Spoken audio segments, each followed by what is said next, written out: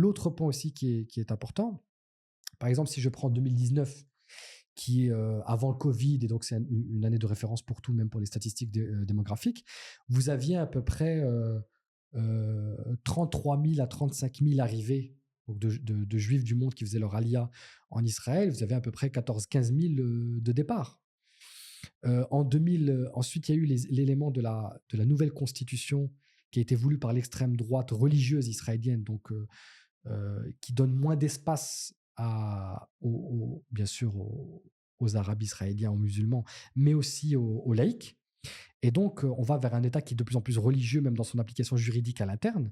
Ça a mis mal à l'aise beaucoup de gens. À ce moment-là, on était sur des ratios qui avaient déjà complètement changé. On était sur à peu près 31 000 arrivées, 27 000 départs. Donc, on était à peu près 3 000 d'excédents.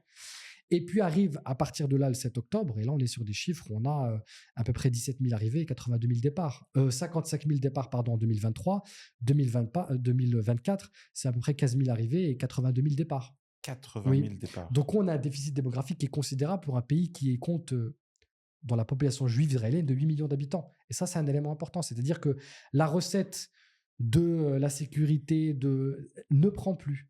Non seulement vous attirez moins de juifs de l'étranger, mais vous avez de plus en plus de juifs qui partent. Et là aussi, l'élément... Alors vous allez me dire, vous avez un déficit de 65 000, c'est pas rien pour un pays de 8 millions d'habitants, surtout si ça continue, mais c'est pas non plus catastrophique, mais c'est une tendance qu'il faut prendre en considération.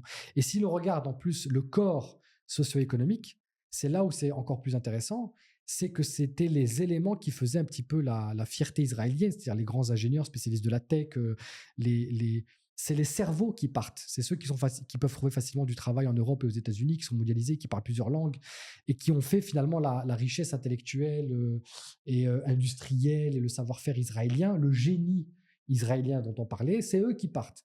Ceux qui restent, c'est les ultra-orthodoxes.